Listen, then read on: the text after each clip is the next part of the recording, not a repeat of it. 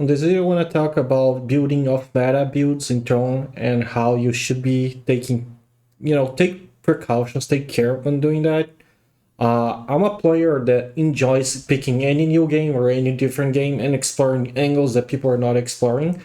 I love playing off-meta stuff. For example, on League, I managed to pick around 600 masters as a support, playing Cannon, Nidalee, and listing top and mid full lethality because it was really fun. No one was doing those things. So to me, always exploring different things or very niche things is my passion in games, because I think it's fun to challenge myself to make something that is not common work when others say it's not viable. But when it comes to Throne, there's a big factor that Throne is an MMO, and MMOs take a lot of investment, takes a lot of resources, and on Throne, those resources are really hard to replenish. Even if you grind often, you put a lot of hours, I put a lot of time in the game. I have a lot of time in the game. Getting to a point that you can get a bunch of different builds takes a lot of either grind, time, or money. So when you're gonna build your first build as an off-meta, something that has not been proven, tested, you're gonna have not just a harder time doing all the content by yourself. Let's say farming, finding dungeon groups, because you're gonna be depending on people accepting you as an off-meta player in their party. In this game, you can get kicked in random dungeons, you can get easily removed in party board dungeons, and most of the content that is done in like a faster slash efficient slash normal way requires the use of the party board. So you're going to use the party board to make dimensional trials, you're going to use the party board for your raids, and there's going to be new raids which for sure are still going to use the party board. If you're going to use trials on higher tiers, you're going to use statics and party boards as well. So you playing off meta for the PvE aspect will make your life much harder. And when you decide to go off meta for PvP, it's going to be even worse. If you're gonna play casually in just a guild that has like not even 20 to 30 active players doing content, it doesn't matter much. You're gonna get like stomped or fight street slash small scale fights. But if you're trying to make it work in bigger guilds, in bigger dominant alliances and things like that, the chances of you first getting into the guild is basically zero, because they are always looking for meta players and established like proven combos and classes, right? And it's even worse because how can you prove that it works if you never get the chance to use it? So the other way that people do is usually by chasing rankings and getting things like that, right? Because if you can get ranks in certain things, be it battlegrounds, over a rank, or show yourself in like a ZVZ slash GVG with like proper VODs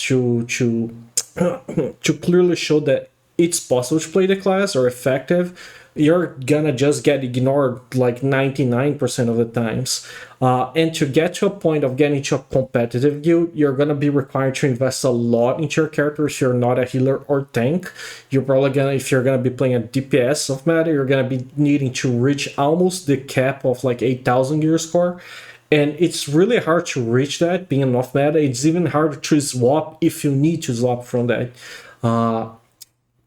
I'm saying that because I met a lot of people, and even whales, that wanted to try off meta things and bought a bunch of things, bought everything they needed, and then they get frustrated because the thing doesn't work, and they invest a lot of money and time and effort into it, and people don't give a single care about it, because honestly, you're the one going against the curve, and that's expecting in any game.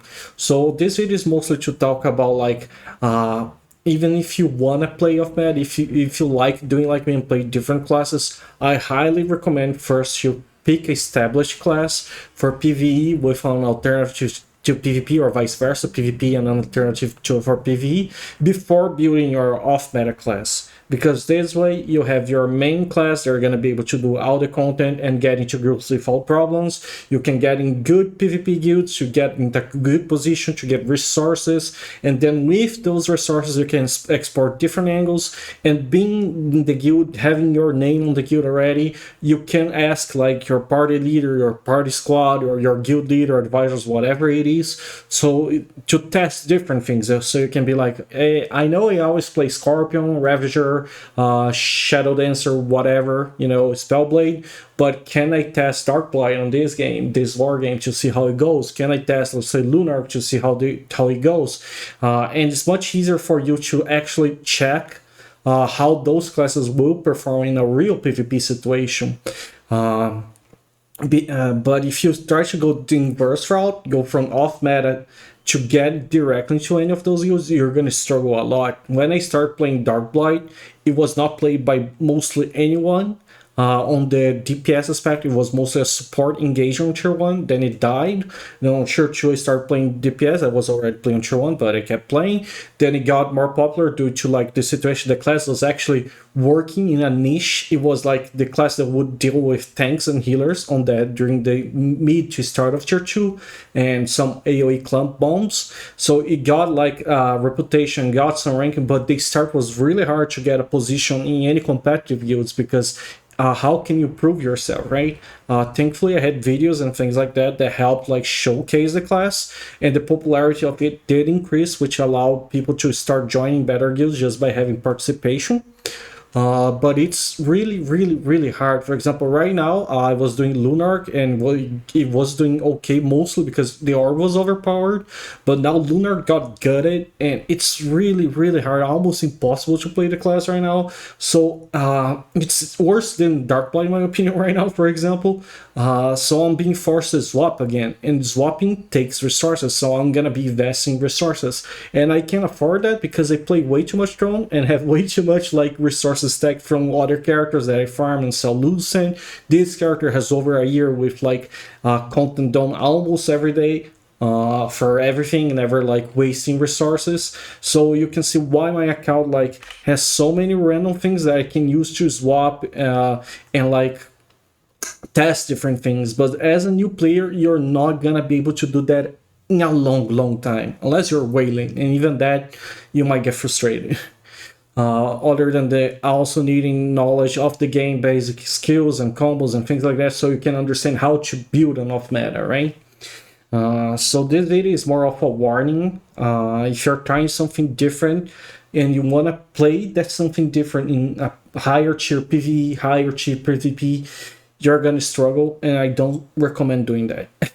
Build first, meta, establish things, get into a safe position with your character or with your account, and then from there pivot to doing different things, you know? That's mostly about it. This video I wanted just to reinforce that, because I see a lot of people asking, because people came to my channel and they start to look for different classes, right?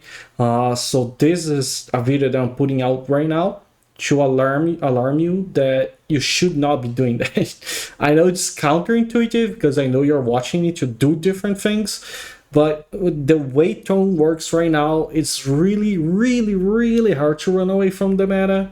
Let's see if with the melee nerfs and possible future Scorpion nerfs the game changes, but right now the meta is very established. Is like a bunch of SNS classes, Seeker and Oracle, Scorpion, Spellblade, Ravager, Shadow Dancer. That's basically all the classes that are allowed in the game. The rest literally doesn't have a space in the game.